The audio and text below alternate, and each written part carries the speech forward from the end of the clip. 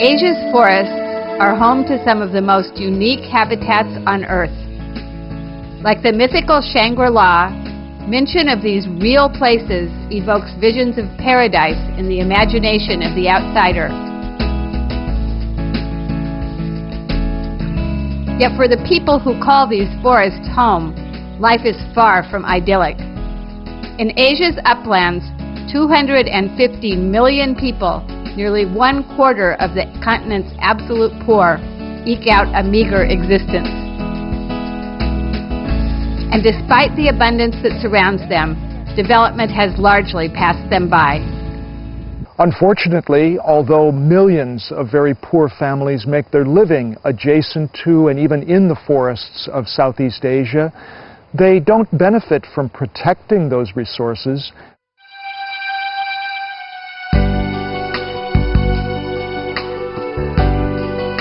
Under a program known as RUPES, an international group of researchers is working to ensure that rewards for providing services of global value will materialize.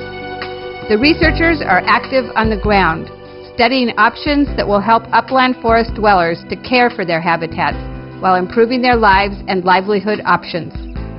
We are learning by doing. We are working at 6 action research sites across Asia.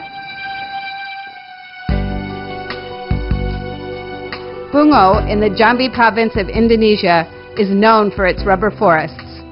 Rubber was introduced here in the early 20th century, and today Jambi is the second largest rubber-producing province in Indonesia. Jambi is also part of a recognized hotspot of biodiversity. Animals such as the endangered Sumatran tiger still roam free here, and Rafflesia, the world's largest flower, blooms. Bungo's rubber forest connects small and shrinking protected areas to the Kerinci Seblat National Park, functioning as essential corridors for wildlife movement. Yet this is also the site of some of the severest deforestation in Asia, and 75% of the people who live in Bungo earn incomes below the official Indonesian poverty line. On a daily basis, farmers are tempted to swap their rich, biodiverse jungle rubber with more profitable monocultures of oil palm or rubber. RUPES is helping Bungo's farmers make jungle rubber a viable option by taking advantage of other things besides rubber that their forests have to offer, such as fruit, rattan, and watershed services for hydropower.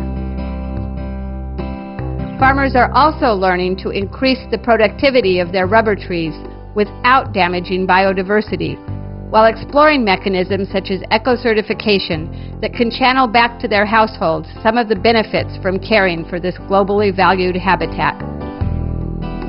The entire planet depends on forest ecosystems, for trees that provide vital carbon stocks and erosion control, for essential natural biodiversity, and for much, much more. At the same time, farmers in the RUPES project sites and throughout the world want to enjoy things that people in the city take for granted: food security and a balanced diet, education and opportunities for their children, and good health services. Today, clearing forests and using farming techniques that destroy precious resources often seem to be their only option.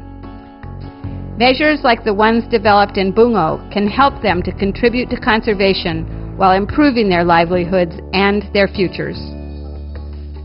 Upland farmers are guardian of natural resources. They protecting them from degradation. They also act as stewards, restoring damaged ecosystem to productive state.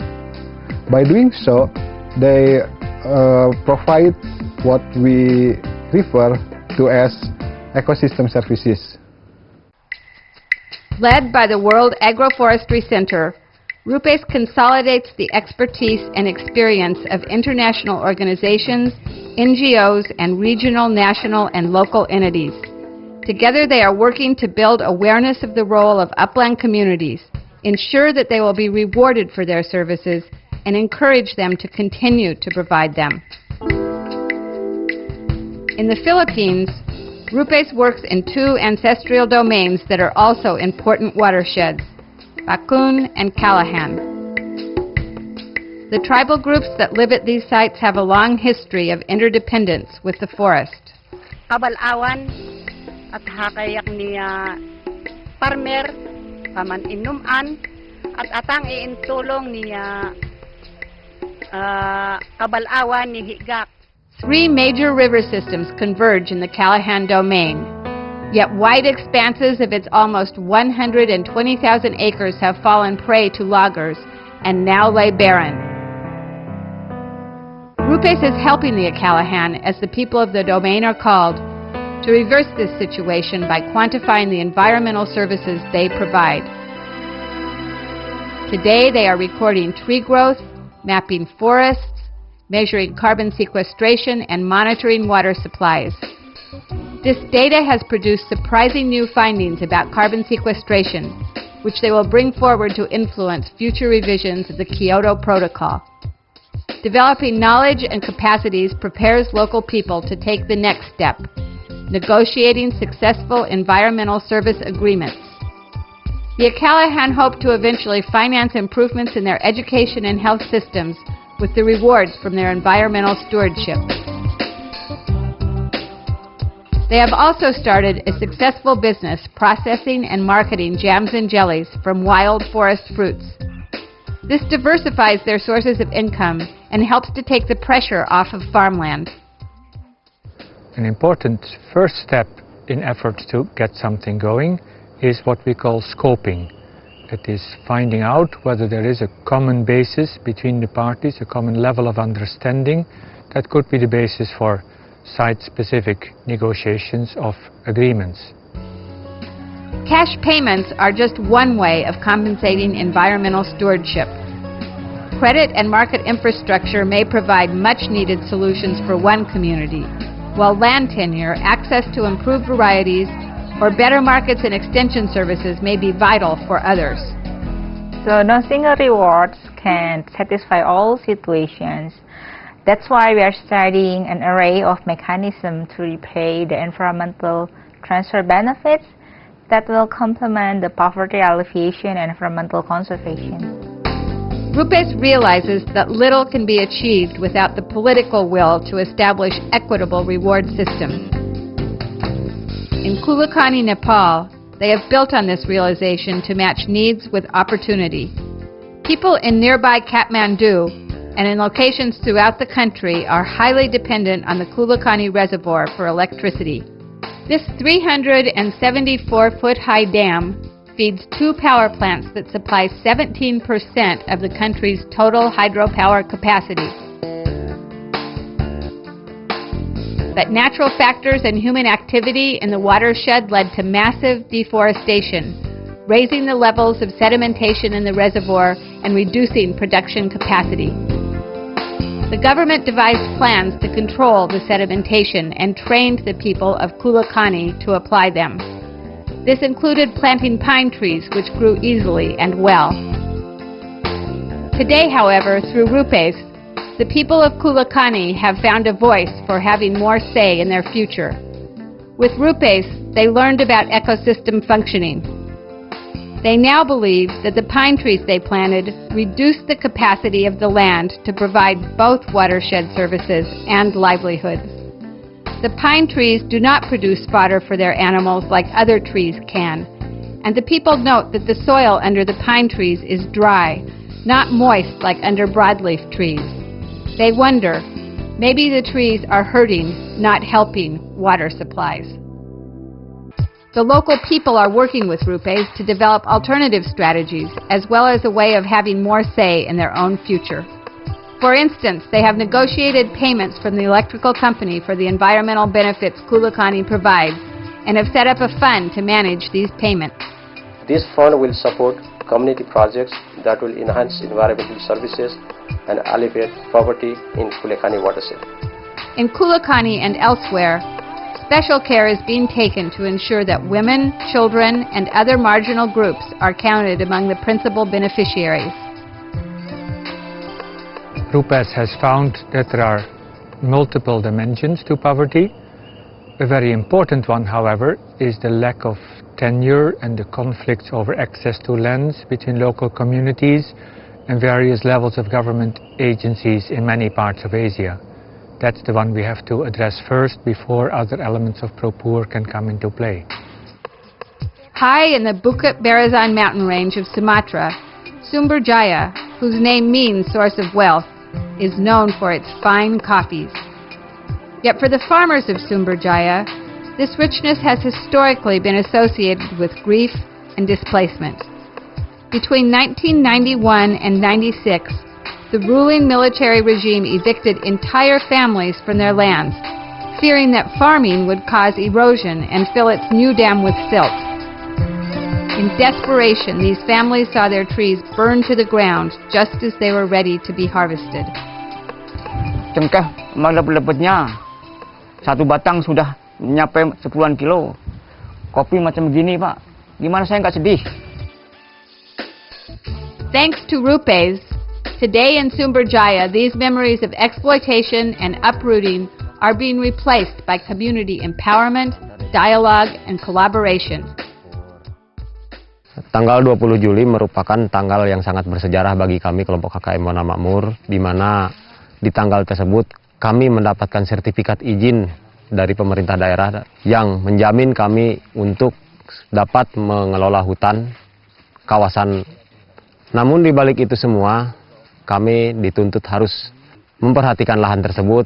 Yang pertama, mungkin dengan cara menanam, kemudian mempertahankan konservasi tanahnya. Together with Mr. Darmadi, the members of 18 communities representing some 6,400 farmers received permits to grow their coffee-based agroforestry systems while protecting the forests. Community forestry permits now cover 70% of the region's protected area versus 7% when Rupees began work there in 2004.